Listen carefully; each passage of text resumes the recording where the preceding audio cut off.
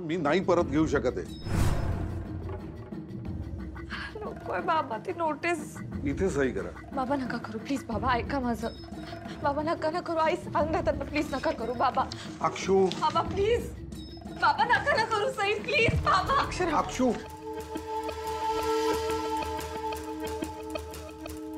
भुवनेश्वरी मॅडमचं काम म्हणजे कमाल आहे. आता काही खरं नाही ताईचं.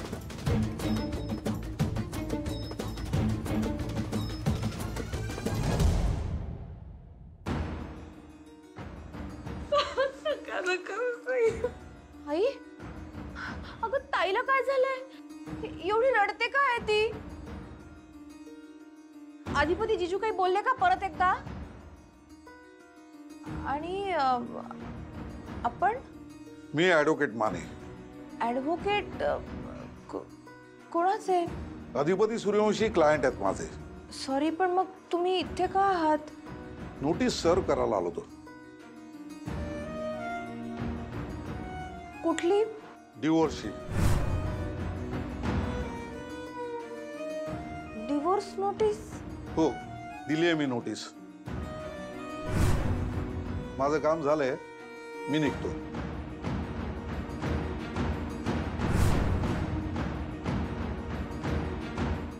भुवनेश्वरी, मी तुला शेवटचं सांगतोय, हे सगळं थांबव नाही तर जीव घेईन मी तुझा.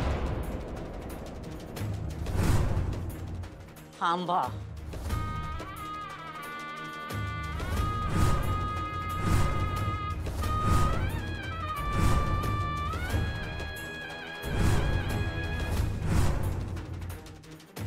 बाबा ग नाही ऐकून घेणार तुमचं आता. लय राग बघितला तुमचा. तुम्ही आमचं प्रेम बघितलंय आजवर. आता आमचा राग बी बघा. तुमच्या सूनबाईंनी आमचं लग्न मोडलं, त्याची शिक्षा त्यांना भोगायच लागणार. अगं काय मिळणार आहे तुला हे सगळं करून? आणि आज तर हद्द केलीस तू. खूप मोठी चूक करतेस तू. चूक तर तुम्ही केली आहे, आपलं ठरलेलं लग्न मोडून. कसलं लग्न? कुठलं लग्न? लग्न नव्हतं ते, फसवणूक होती. चारूचं रूप घेऊन फसवायला निघाली होतीस तू मला. माझं नशीब चांगलं म्हणून अक्षरा ऐन वेळेला तिथं आली. हा त्याचीच फळं आज भोगायला लागतात त्यांना. भुवनेश्वरी, अक्षराची यात काही चूक नाहीये. तिला त्रास देऊ नको तू. मी तुला पुन्हा सांगतोय, तुझी चूक सुधार. चूक तुम्ही सुधारा. तुम्ही तुमची चूक सुधारली की आम्ही आमची चूक सुधारू. तुझ्यावर काडी मात्र विश्वास नाहीये माझा. हो, आमच्या अधिपतींची शपथ घेऊन सांगतोय तुम्हाला, आम्ही सगळं निस्तरू. आमचा संसार उभा राहिला तर आम्ही तुमच्या लेकाचा संसार मोडणार नाही. एकदम क्लिअर हिशेब आहे. जरा सुद्धा लाज वाटत नाही ना तुला? सौदा करतेस. ज्या मुलावर प्रेम आहे म्हणून छाती ठोकपणे सांगतेस त्याचा संसार मोडायला निघालीस. त्याचं सुख बघवत नाहीये तुला. माणूस आहेस का सैतान आहेस? प्रेमाचा दिखावा करतेस ना सतत. भावना शून्य बाई आहेस तू. भावना शून्य? हा, आमच्या भावनेला कुठे किंमत दिली हो तुम्ही? हा, सतत आम्हाला लाथडत आलात, नाही नाही ते बोलत आलात. आणि तुमच्या पाठोपाठ सुनबाई पण आम्हाला बोलायला लागल्या. हा, कुठवर सहन करायचो आम्ही? बाकी सगळं सहन केलं असतो आम्ही, पण आमचं लग्न मोडून त्यांनी लई मोठी चूक केल्या. त्याची शिक्षा तर त्यांना भोगायच लागणार. शक्य नाहीये. माझे अधिपती असं करू शकत नाहीत आई. अगं तुझे अधिपती असं करूच शकत नाहीये असं म्हणायचंय तुला? अगं ताई, हे पेपर्स बघ जरा. स्पष्टपणे लिहिलंय सगळं ह्याच्यामध्ये. हे बघ, साईने त्यांची ह्याच्यावरती. नाही बघायचे ते पेपर्स. मी तुम्हाला सांगितलं होतं ना बाबा, नोटीस नका घेऊ म्हणून. का घेतली तुम्ही? मी घेतली, पण त्यांनी ती पाठवली. अधिपतींनी नोटीस पाठवणं शक्यच नाहीये बाबा. अगं ताई, काय झालंय तुला? वेडी आहेस का ग तू? हे बघ, स्पष्टपणे लिहिलंय. का तुला वाचता येत नाहीये का? मला नाही बघायचंय ग. आई सांग ना, लिहिलंय सारखे सारखे का दाखवते मला पेपर्स?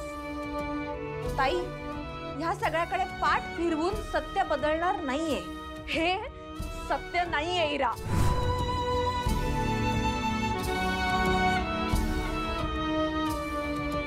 अगं ताई तुला इरा गप्प बस, काही बोलू नकोस तू. अक्षु बाळा रडू नकोस तू. शांत हो, आधी शांत हो. अजिबात रडायचं नाही. नाहीतर काय, अशा माणसासाठी ही रडते की ज्याला हिची अजिबात किंमत नाहीये. अगं अक्षरा, कधी तुझ्या डोक्यात प्रकाश पडणार आहे? त्यांना नकोयस तू त्यांच्या आयुष्यात. जरा प्रॅक्टिकली विचार कर. अगं किती काळ रमत राहणार आहेस तू? त्यांनी डिवोर्स नोटीस पाठवली आहे ना, त्यातच सगळं आलं. झालं, संपलं सगळं. तुझ्या मनातल्या आशेला जर अजूनही सुरुंग लागला नसेल ना, तर तुझ्यासारखी मूर्ख तूच. असं झालंय का आता? बस झालं, झाली तेवढी शोभा पुरे झाली. बस बस झालं सगळं.